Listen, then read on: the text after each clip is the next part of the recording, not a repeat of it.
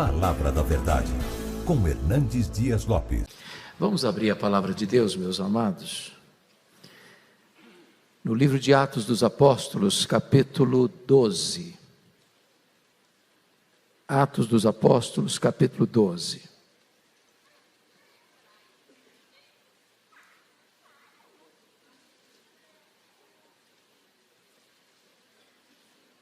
Após a leitura desse texto, peço a sua gentileza de manter o texto aberto comigo nesta passagem.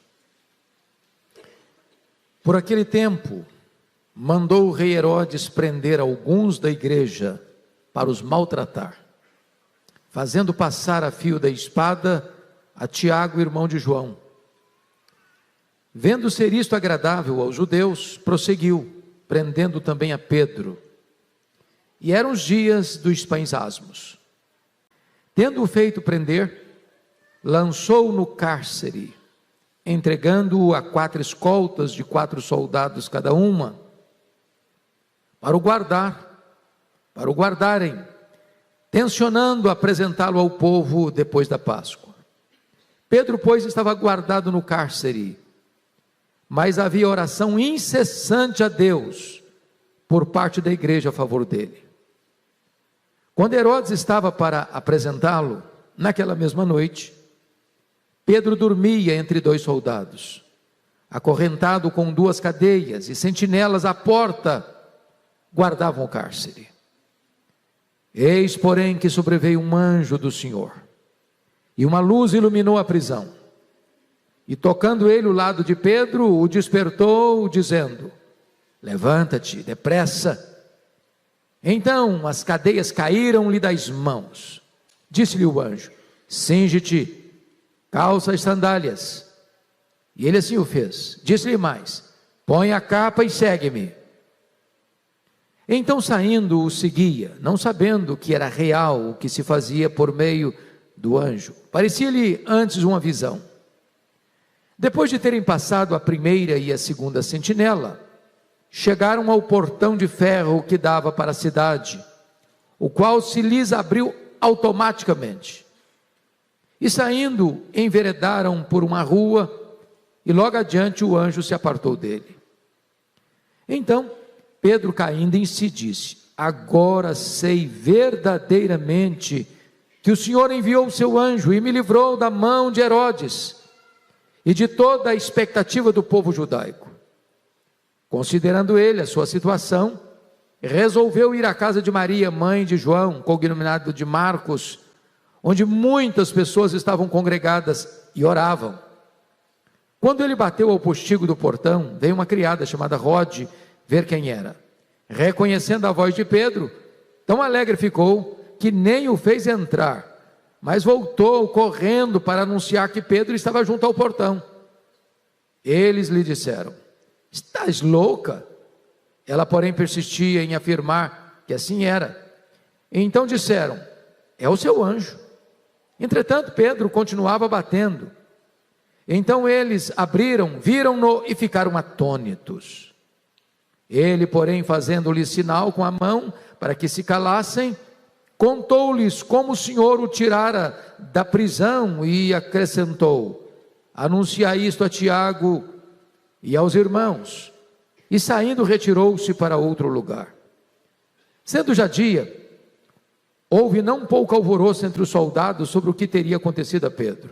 Herodes, tendo procurado e não o achando, submetendo as sentinelas a inquérito, ordenou que fossem injustiçadas. E descendo da Judeia para Cesareia, Herodes passou ali algum tempo. Ora, havia séria divergência entre Herodes e os habitantes de Tiro e de Sidom. Porém estes, de comum acordo, se apresentaram a ele, e depois de alcançar o favor de Blasto, camarista do rei, pediram reconciliação, porque a sua terra se abastecia do país do rei. Em dia designado, Herodes, vestido de trajo real, assentado no trono, dirigiu-lhes a palavra, e o povo clamava: é voz de um Deus e não de homem. No mesmo instante, um anjo do Senhor o feriu, por ele não haver dado glória a Deus, e comido de vermes expirou. Entretanto, a palavra do Senhor crescia e se multiplicava. Barnabé e Saulo, cumprida a sua missão, voltaram de Jerusalém, levando também consigo a Marcos, levando consigo também a João, apelidado Marcos. Meus irmãos, eu gostaria de pensar com vocês sobre o seguinte tema nesta noite: quando Deus muda o placar do jogo. Quando Deus muda o placar do jogo. O livro de Atos é o relato das poderosas e sobrenaturais intervenções de Deus na vida da igreja primitiva. Este livro, escrito pelo médico e historiador Lucas, vem relatando as conversões maravilhosas que acontecem na igreja, começando com os 3.000 em Jerusalém no dia de Pentecostes, seguindo para um segundo sermão de Pedro, mais 2.000 pessoas convertidas, crescendo o número da igreja para 5.000, depois a conversão dos samaritanos, depois a conversão do eunuco, depois a conversão de Saulo de Tarso, depois a conversão de Cornélio em Cesareia, depois a multidão heterogênea em Antioquia, a terceira maior cidade do mundo. A palavra de Deus estava se espalhando e crescendo no mundo todo naquele tempo, e Lucas está para descrever para nós o grande salto de crescimento da igreja através das viagens missionárias do apóstolo Paulo. Entretanto, parece que ele para um pouco o seu otimista relato dos avanços da igreja, para no capítulo 12, descrever um momento amargo de grande sofrimento na vida da igreja. Quando Herodes, conhecido como Herodes Agripa I, passa o apóstolo Tiago, o irmão do apóstolo João, ao fio da espada e o mata em Jerusalém. Lança Pedro na prisão, no começo da festa dos pães asmos, para entregá-lo à morte depois da festa da Páscoa. É muito importante entender, meus amados irmãos, que esse tempo de angústia na vida da igreja havia chegado. No cenário mundial, no governo de Cláudio, havia uma grande fome que assolou o mundo inteiro. Nesse tempo, os judeus foram expulsos de Roma. E agora aqui em Jerusalém, depois do martírio de Estevão, relatado no capítulo 7 do livro de Atos, o clima estava extremamente tenso. E aqui vale destacar um ponto: dentro da providência de Deus, Ele permite que o poder do mal atinja os seus filhos. A igreja está acuada, perseguida. Estevão já tinha sido apedrejado, agora Tiago é morto à espada, agora Pedro está preso com a intenção de matá-lo depois da festa. A providência é carrancuda. E então é sobre esse assunto que eu quero tratar com vocês hoje, e quero trazer à guisa de introdução duas informações. Primeiro, a perseguição aqui é religiosa. Olha comigo o versículo 3: vendo ser isso agradável aos judeus. Então vamos compreender o que está acontecendo. Esse Herodes que vocês encontram aí no texto, no versículo 1, o rei Herodes. Que Herodes é esse? A Bíblia fala de 4 Herodes: Herodes o Grande, Herodes Magno, Herodes I. A Bíblia fala de Herodes Antipas, tetrarca da Galileia. A Bíblia fala desse Herodes Agripa I, e a Bíblia fala do Herodes Agripa II, lá em Atos 26, que diz para Paulo: por pouco me persuades me fazer um cristão. Esse aqui, Herodes Agripa I, é neto de Herodes o Grande. Vocês sabem que quando Herodes o Grande morreu, ele governava todo o território de Israel. Ele era chamado de rei. Quando ele morre,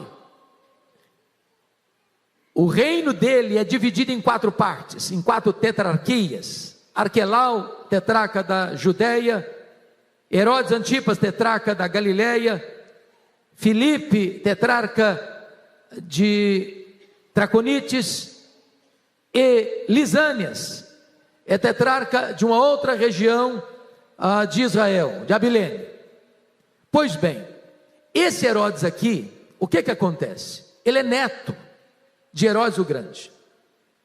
Quando o imperador morreu, Tibério César, no ano 37 depois de Cristo, ele ajudou, interferiu, cooperou para que Gaio, alguns chamam de Calígula, assumisse o governo no ano 37 ao ano 41.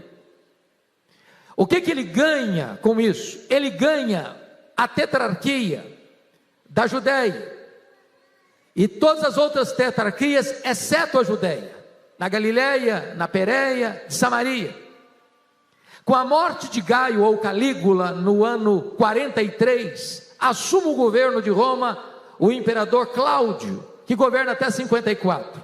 E ele também ajuda junto ao Senado para que Cláudio pudesse ter uma grande projeção como imperador, e ele agora ganha de Cláudio o direito também da tetrarquia da Judéia, de tal maneira que, desde Herodes I, que morreu no começo da era do cristianismo, até agora,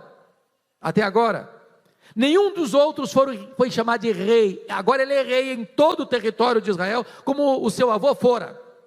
Ele agora comanda todo o território de Israel, Herodes Agripa I.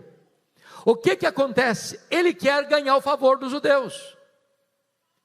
E quando ele mata o Tiago, apóstolo de Cristo, a espada, ele tem uma intenção. Qual a intenção dele? Agradar os judeus. Porque a perseguição até então contra a igreja estava vindo do braço dos próprios irmãos da igreja, que eram os judeus. Então ele faz isso com a intenção puramente agradar os religiosos judeus de Jerusalém. Mas a perseguição também é uma perseguição política. É política.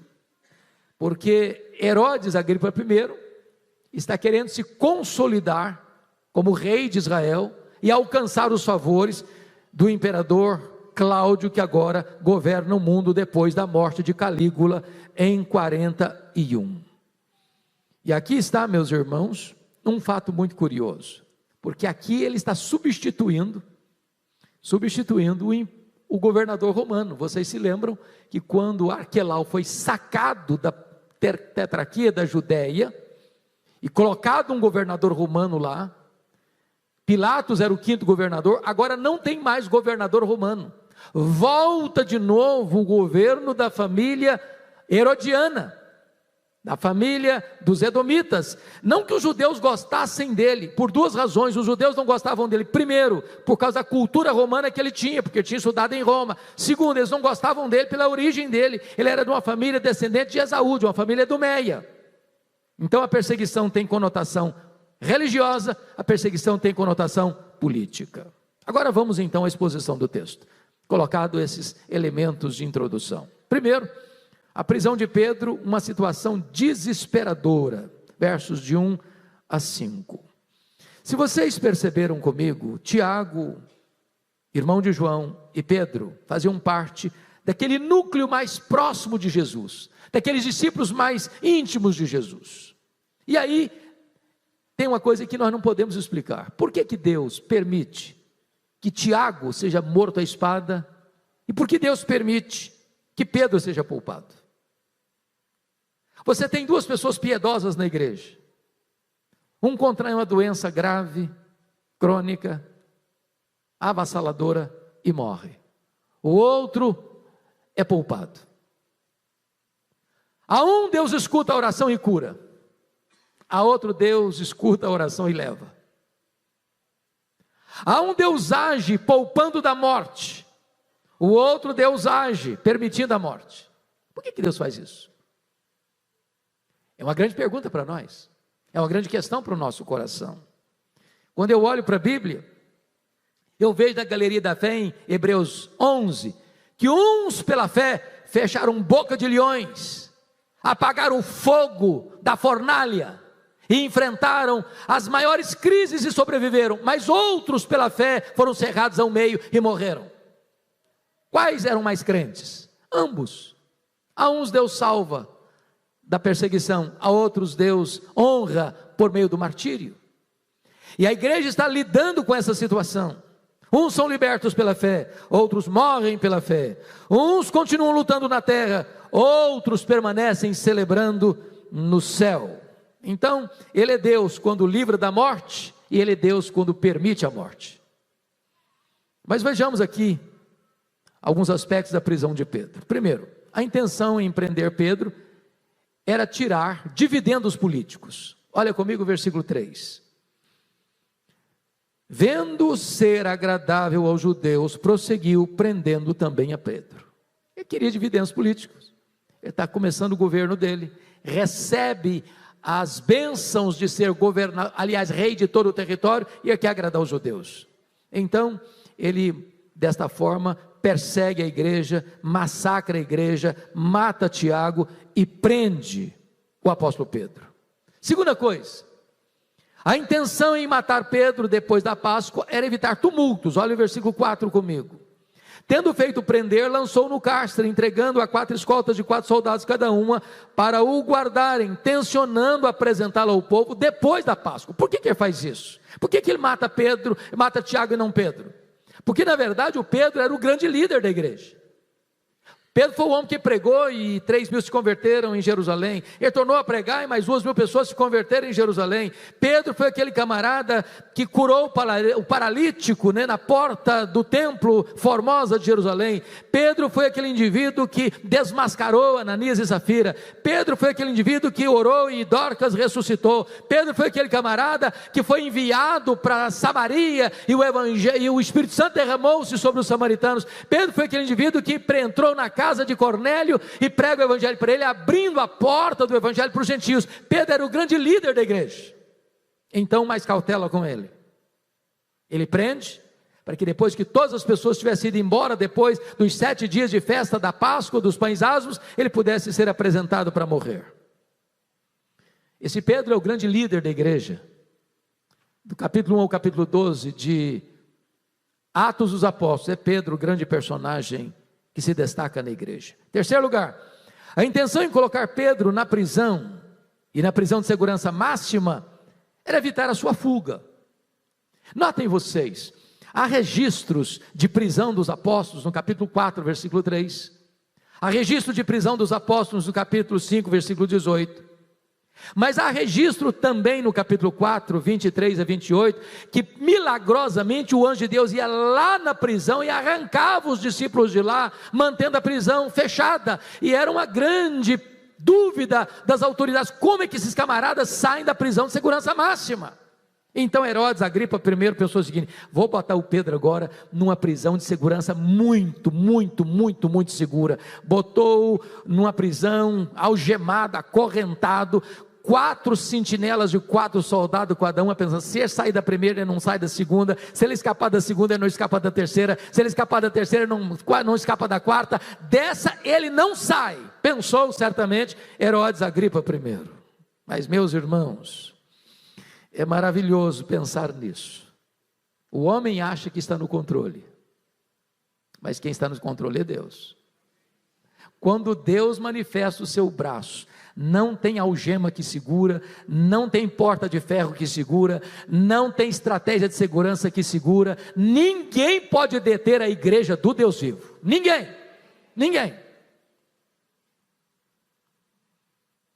É muito comum hoje, sobretudo nesses dias turbulentos em que o Brasil atravessa, de vez em quando você escuta um videozinho, você escuta uma mensagem daqui e dali, dos temores, dos rumores de que a igreja pode passar por um grande período de perseguição, de oposição. Eu quero dizer aos amados uma coisa: ainda que venha perseguição, a igreja de Deus é vitoriosa.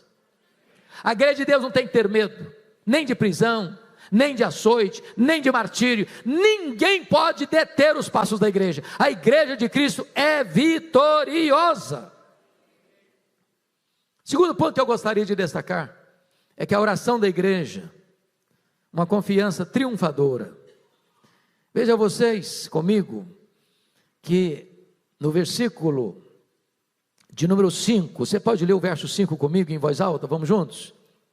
Pedro, pois, estava guardado no cárcere, mas havia oração incessante a Deus, por parte da igreja, a favor dele. Então destaca algumas coisas. A quem dirigiam a oração? A oração era dirigida a Deus. Deus está no trono. Deus coloca reis no trono, Deus tira reis do trono. Então quem manda é o céu. Quem tem as rédeas é Deus. E quando você ora, você aciona o braço do Deus Todo-Poderoso. Tem causas, irmãos, que parecem humanamente perdidas. O Pedro está preso, ele está debaixo de escolta, ele está algemado. Todo o poder e todo o aparato de Roma em Israel tem o propósito de matá-lo. Mas diz a Bíblia, porém havia oração da igreja em favor dele. Oração incessante. E quando os homens pensam que eles vão prevalecer, quando os homens intentam massacrar, quando os homens acham que a vitória está do lado deles, Deus vira o placar do jogo. Deus vira a mesa da história. Quando você ora, você aciona o braço do onipotente. Quando você ora, você une a fraqueza humana à onipotência divina. Quando você ora, você liga o altar da terra ao trono do céu. Quando você ora, o Deus Todo-Poderoso age. E age sobrenaturalmente e soberanamente. Segundo lugar, quem são aqueles que oram? Versículo 5 diz que a igreja, toda a igreja, unanimemente, perseverantemente. Eu estou falando de 7 dias que Pedro esteve preso. E durante os 7 dias, a igreja permanecia em oração pelo apóstolo Pedro. Meus amados irmãos, que coisa maravilhosa. Olha o versículo 12 comigo. Considerando ele a sua situação, resolveu ir à casa de Maria, mãe de João, cognominado Marcos, onde muitas pessoas estavam congregadas e oravam. Às vezes a gente pensa, irmãos, que oração é uma coisa só de fazer um bem emocional, né? Da gente se sentir melhor, mais confortável, mais refrigério para a alma, diante das agruras da vida. Eu quero dizer para você que oração é a coisa mais revolucionária do mundo. É a arma mais poderosa do mundo. A oração tem mais poder do que exércitos. Porque quando você ora, quando a igreja ora, Deus age, Deus muda o placar, Deus vira a mesa, Deus faz o extraordinário, Deus faz o imponderável, Deus faz o milagroso, Deus intervém. Mas em terceiro lugar, por quem eles oravam? Versículo 5 diz que eles oravam por Pedro, o líder deles, sentenciado à morte, no corredor da morte, aguardando o final da festa para a sua execução. O aparato era esse. O clima era esse. O rei Herodes queria agradar os judeus estavam empolgados, porque já tinham apedrejado Estevão, o Tiago já estava morto, a igreja parecia que estava sendo acuada, os inimigos pareciam que estavam prevalecendo, e quando todo o cenário era contra a igreja orava por Pedro. Deixa eu dizer uma coisa para você, nós devemos orar por causas impossíveis. Você tem uma causa impossível? Você traz um problema nessa noite, que ou Deus faz um milagre e você não vê saída? Pois eu quero desafiar você a colocar essa causa hoje diante de Deus em oração. Deus faz milagres ainda hoje. Quarto lugar, como eles oravam? O texto diz, versículo 5, que havia oração incessante a Deus. 7 dias. Um ora, ele termina de orar, o outro começa a orar de novo. Ele termina, o outro começa a orar de novo. E o outro começa a orar de novo. 7 dias, 7 noites, em oração por Pedro. Incessante. E a palavra no grego que aparece aqui, a palavra eknos. Etnos é a mesma palavra que aparece lá no Getsêmanes, em Lucas 22:14, que Jesus orava com agonia, intensamente, suando sangue. É com essa perseverança e é com essa intensidade que a igreja estava orando por Pedro, por uma causa perdida, por um problema insolúvel, por uma situação humanamente irreversível, entendendo uma coisa: se o braço de Deus se estender, as causas perdidas são vitoriosas. O que o homem não pode fazer, Deus pode fazer. Quando a igreja ora, os milagres de Deus acontecem na terra. Louvado seja o Senhor. Terceiro ponto que eu gostaria de destacar nessa passagem, meus irmãos, é o livramento de Pedro, uma ação milagrosa de Deus, nos versos 6 a 17. Sabe o que me impressiona com Pedro? Olha comigo o versículo 6. Quando Herodes estava para apresentá-lo naquela mesma noite, portanto, depois dos 7 dias da festa, Pedro dormia entre 2 soldados, acorrentado com 2 cadeias, e sentinelas à porta guardavam o cárcere. Se põe no lugar de Pedro. Você está no corredor da morte. Esta é a última noite. Amanhã você vai ser executado. Você está acorrentado. E você tem 4 sentinelas de 4 soldados cada uma vigiando você. Como é que estaria o seu coração? É impressionante isso. Pedro está o quê? Dormindo. Se Paulo e Silas lá na cadeia estavam cantando, Pedro está aqui dormindo. Dormindo que horas? Na noite pressuposta da sua execução. Talvez até recebendo os benefícios da oração da igreja. Deus não só liberta, Deus consola. Deus acalma o coração. E aqui eu destaco algumas coisas para nós. Seu livramento, meu amado irmão, foi na última hora. Versículo 6 diz que foi na noite, naquela mesma noite, quando Herodes estava para apresentá-lo. Você podia fazer algumas perguntas aqui. Por que Deus não impediu que Pedro fosse preso? Por que Deus não tirou Pedro da cadeia na primeira noite? Por que Deus não mandou um anjo para fulminar o Herodes antes dele botar Pedro na cadeia? Por que Deus esperou até a última noite, a noite no dia seguinte que ele seria executado, para livrá-lo?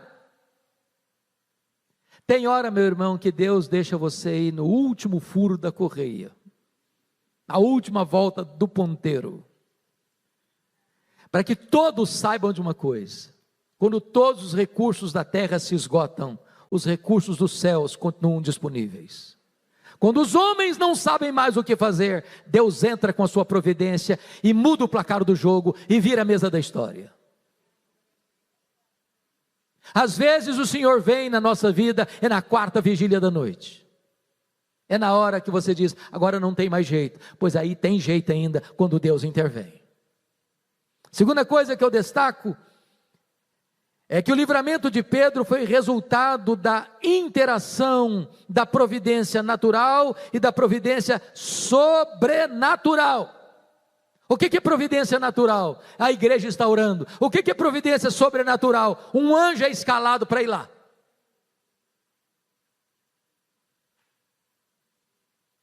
A igreja não pode ir lá e enfrentar os soldados de Roma. A igreja não tem nenhum expediente legal para tirar o Pedro da prisão. As forças que prendem Pedro são as forças oficiais. É o domínio político, sustentado pelo domínio religioso. Humanamente falando, não tem qualquer expediente que possa reverter esse diagnóstico, qualquer expediente que possa reverter essa situação. Mas uma coisa a igreja pode fazer: a igreja pode orar. Meus irmãos, um crente pode perder a liberdade, um crente pode perder os seus bens, um crente pode perder a sua saúde, um crente pode perder a sua família, um crente pode perder todos os seus direitos, mas ninguém pode tirar do crente o privilégio que ele tem de orar a Deus. Se cortarem a sua língua, ele ora no pensamento, ele ora no silêncio, ele ora com gemidos.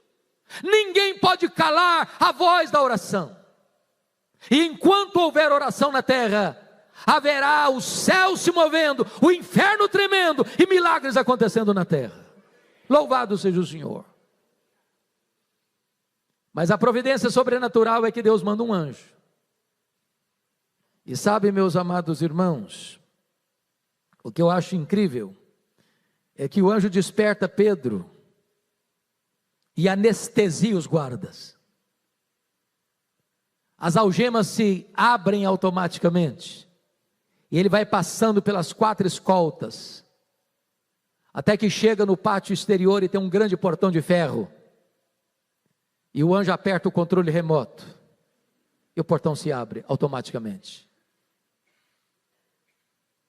Eu quero dizer para você que o anjo do Senhor acampa-se ao redor dos que o temem e os livra. Quantos livramentos de Deus nós já recebemos, sem nunca saber que foi o anjo do Senhor. Quantos acidentes você foi poupado, quantos perigos de ameaças de morte você foi poupado, e o anjo do Senhor não só trabalhou lá, eles trabalham ainda hoje, para nos abençoar, para nos guardar, para nos assistir, para nos consolar, para nos fortalecer, para nos trazer livramento. A providência de Deus é natural e sobrenatural. Mas o que é muito interessante, meus amados irmãos, é que está escrito,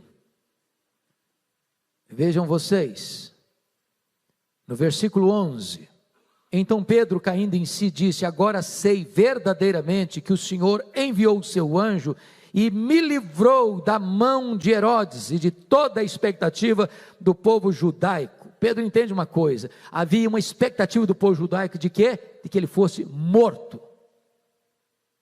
A mão de Herodes é que ele fosse também morto. Então havia um conluio da religião e da política para matar Pedro.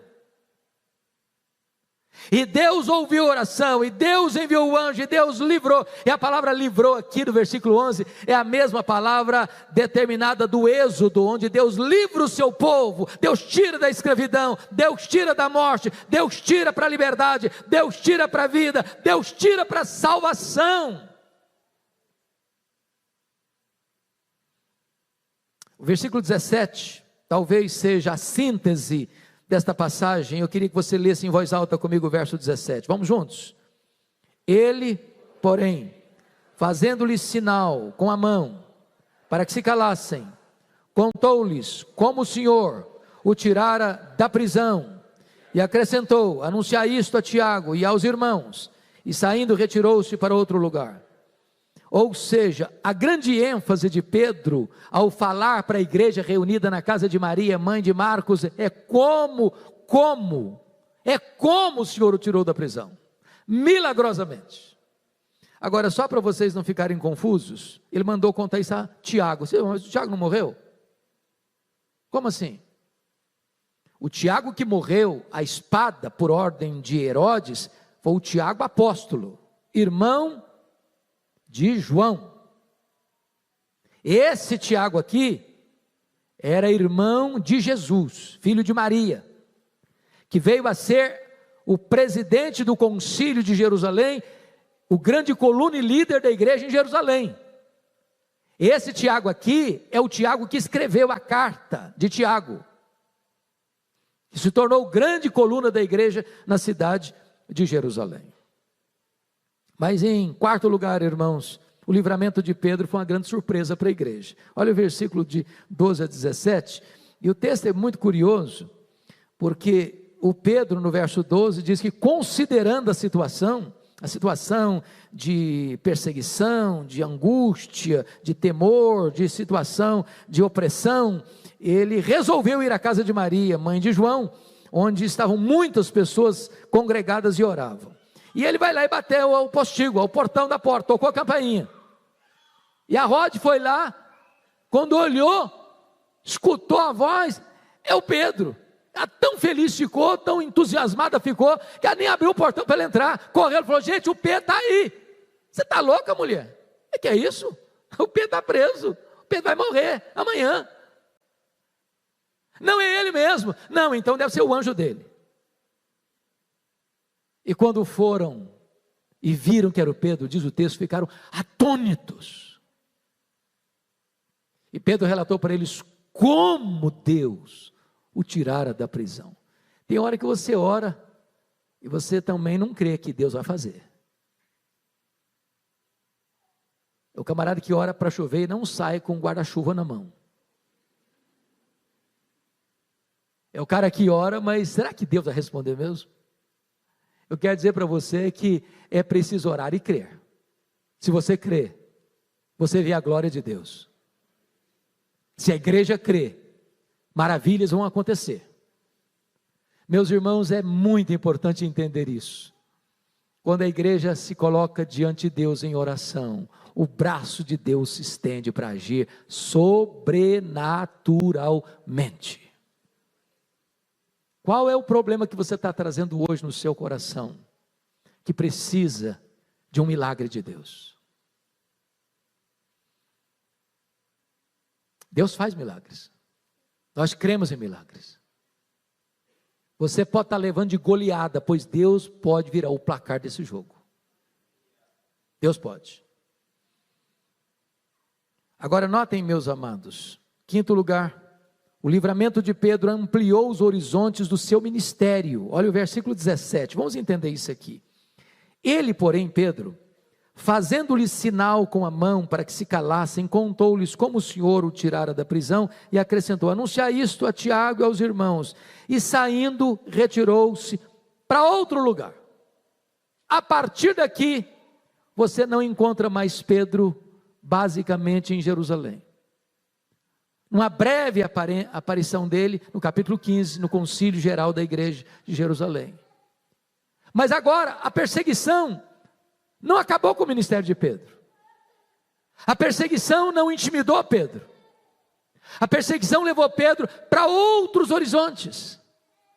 E se você lê em 1 Coríntios capítulo 9, versículo 5, Pedro com a sua mulher começou a fazer missões em outras paragens, ampliou, alargou as fronteiras do ministério dele. Meus irmãos, a perseguição, em vez de destruir a igreja, a perseguição promove a igreja. O sangue dos mártires é o adubo para a sementeira do evangelho. Enganam-se aqueles que fazem ameaça à igreja, que diz que agora a igreja vai passar por uma grande tribulação, por um grande problema, que a igreja vai ficar acuada, que a igreja vai ficar oprimida. Não adianta não, quanto mais a igreja é pressionada, quanto mais a igreja é perseguida, quanto mais a igreja é ameaçada, mais a igreja vai crescer, mais a igreja vai se expandir, mais a igreja vai largar as suas fronteiras, porque quem dirige a igreja, quem cuida da igreja, quem protege a igreja, é o dono da igreja, é o Senhor Jesus. Agora notem, a derrota dos inimigos como uma retribuição justa. E eu queria que você olhasse aqui 3 verdades. Lutar contra Deus e contra a igreja de Deus é a mais consumada loucura. Ninguém jamais lutou contra o Altíssimo e prevaleceu, ninguém. Então vamos ver 3 coisas. Primeiro, Deus deixa o inimigo confuso e envergonhado. Leia comigo os versos 18 e 19, por favor, vamos juntos. Sendo já dia, houve não pouco alvoroço entre os soldados sobre o que teria acontecido a Pedro. Herodes, tendo procurado e não achado, submetendo as sentinelas a inquérito, ordenou que fossem injustiçadas. E descendo da Judeia para Cesareia, Herodes passou ali algum tempo. Agora imagine você a cara do rei e procurar o Pedrão. Estão lá as portas fechadas, os sentinelas a postos, e o Pedro não está mais lá. Explica esse mistério. E diz a Bíblia que submeteu os 16 soldados que estavam tomando conta de Pedro a inquérito, e os justiçou. Sabe o que significa isso? Eles foram mortos. Foram mortos. Aqueles que oprimem, morrem. aqueles que são oprimidos são libertos. Deus muda o placar do jogo. Deus deixa o inimigo confuso. Segundo, a soberba é a porta de entrada para a ruína. Olha comigo os versos 20 a 22. Ora, havia séria divergência entre Herodes e os habitantes de Tiro e de Sidom. Porém, estes, de comum acordo, se apresentaram a ele, e depois de alcançar o favor de Blasto, camarista do rei, pediram reconciliação, porque a sua terra era abastecida, a terra do rei.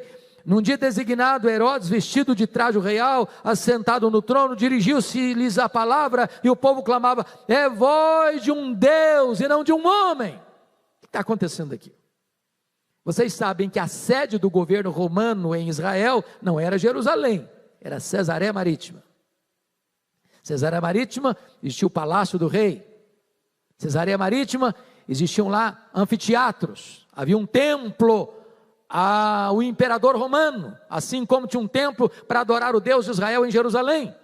Havia lá as corridas de cavalos, era um dia de homenagem ao imperador romano, e o rei Herodes está vestido de traje real, e Flávio Joséfos diz que era uma roupa de prata, que brilhava ao bater do sol, e lá os fenícios estavam lá, reconciliando-se com o rei, e o rei faz um belíssimo discurso diante deles, e eles querendo bajular o rei, diz: isso é voz de Deus, não voz de homem.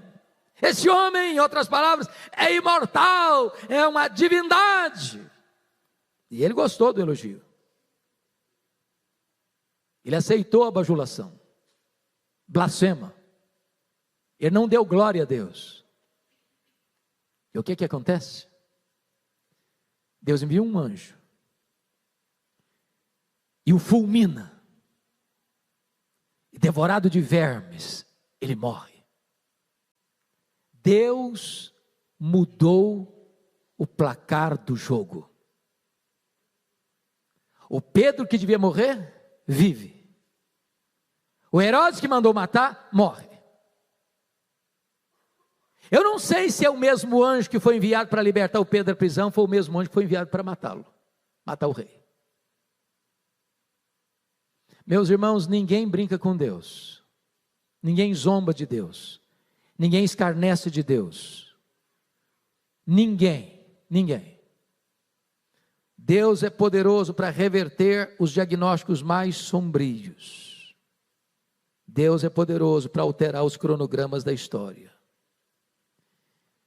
E o que é triste, conforme você pode ver comigo, no verso 23, você pode ler o 23 comigo? Vamos juntos? No mesmo instante, um anjo do Senhor o feriu, por ele não haver dado glória a Deus, e comido de vermes, expirou. Agora olha comigo o versículo 7, vamos ler junto o 7? Eis, porém, que sobreveio um anjo do Senhor, e uma luz iluminou a prisão, e tocando ele o lado de Pedro, despertou, dizendo: levanta-te depressa. Então as cadeias caíram-lhe das mãos. Um anjo vai lá e liberta o prisioneiro. Um outro anjo vai lá, o mesmo anjo vai lá e mata o opressor. Deus mudou o placar do jogo. Deus virou a mesa da história. O fraco tornou-se forte, o forte tornou-se fraco. Mas eu termino com os versos 24 e 25, porque Deus é maravilhoso, meus irmãos.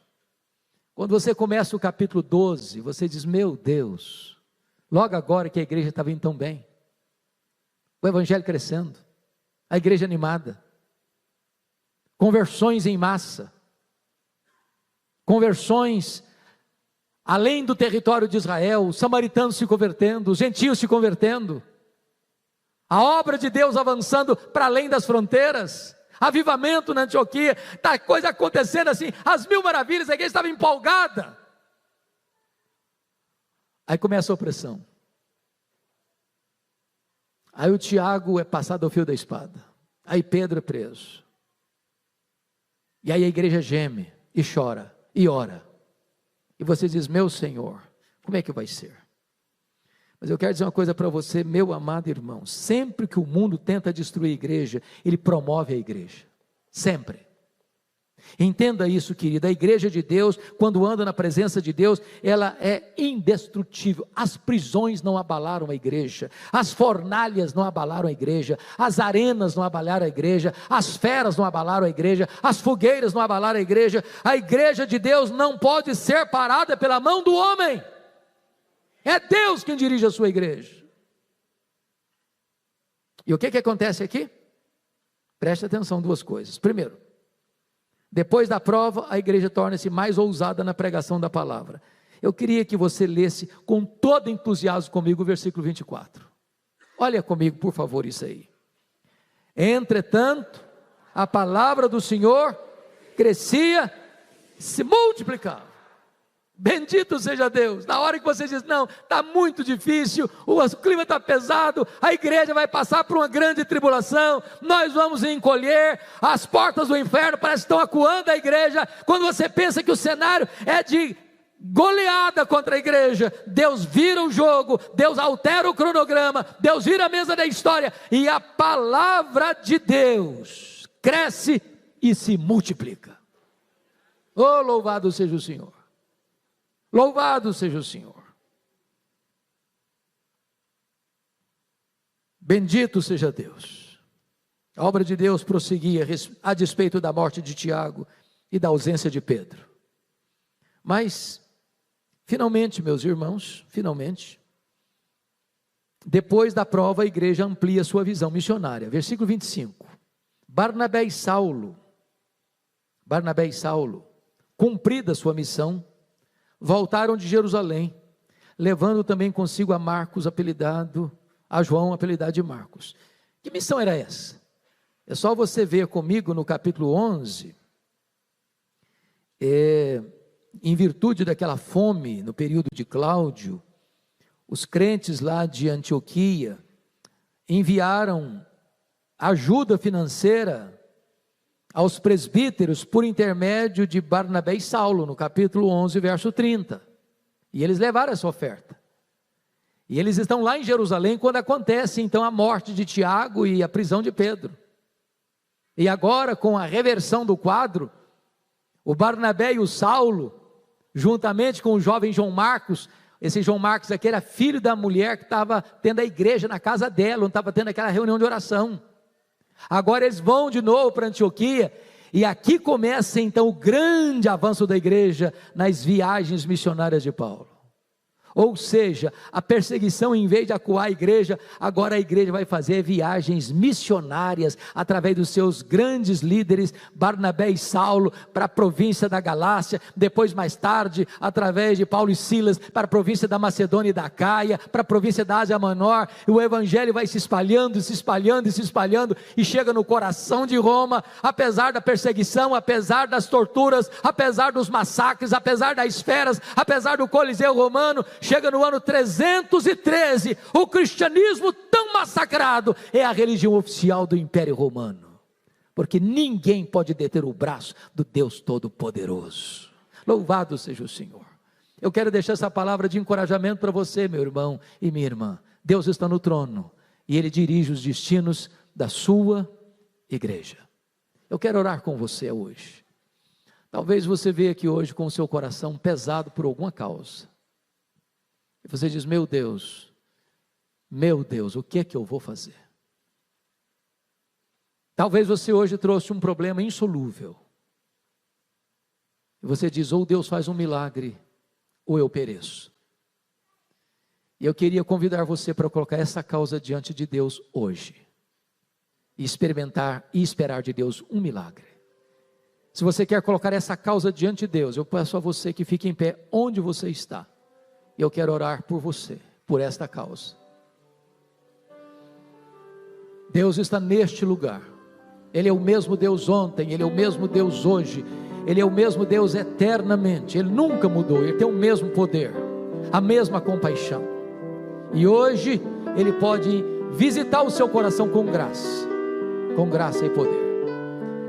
Senhor, aqui está o teu povo, a tua igreja comprada, remida, lavada no sangue do Cordeiro.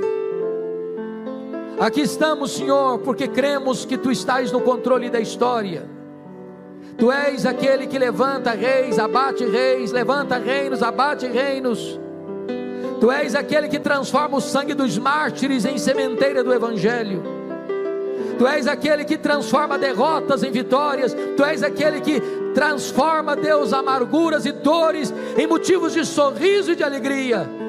Tu és aquele que cura o enfermo, Tu és aquele que liberta o cativo, Tu és aquele que salva o perdido, Tu és aquele que liberta o encarcerado, Tu és o Deus que faz com que a mulher estéril seja alegre mãe de filhos, Tu és aquele que abre os olhos aos cegos e faz o coxo andar. Tu és o Deus Todo-Poderoso, e nesta noite, Senhor, sonda o coração do Teu povo, visita o coração da Tua igreja, anima e encoraja a Tua igreja, Senhor, para que ela avance, apesar das circunstâncias, sabendo que Tu podes mudar o placar do jogo da nossa vida, mudar e alterar a mesa da história da nossa vida, e nos dar vitória no meio de tantas lutas e dores. Louvado seja o Teu nome. Bendito é o nome do nosso amado Salvador Jesus, em nome de quem nós choramos, aleluia, amém.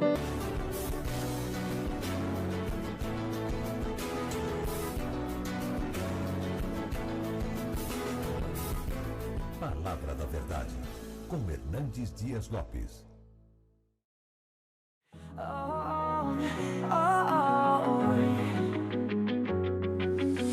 In the dark where shadows play, heartbeats echo in dismay. Lost the map to yesterday, words too sharp to ever say.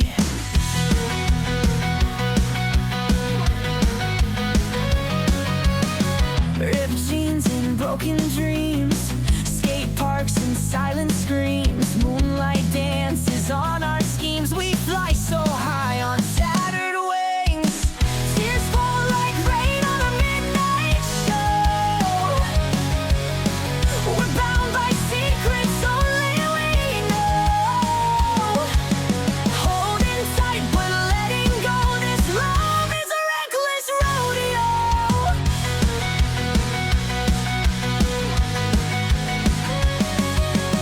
Graffiti hearts on alley walls, cage birds sing in concert halls. Lost within a maze of calls, we free fall where the night falls. Neon lights and shattered glass, faint memories of a haunted past. When forever feels too fast, this is the soundtrack of a love outcast. Tears fall like rain on a midnight show. We're bound by secrets only we know. Holding tight but letting go, this love is a reckless rodeo.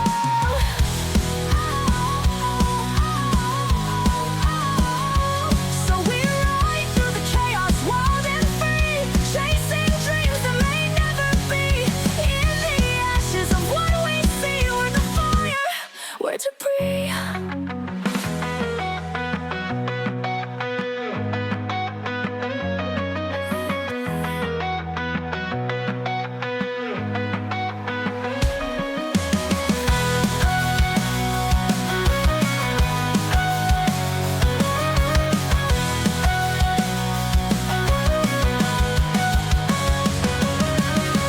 Tears fall like rain on a midnight show.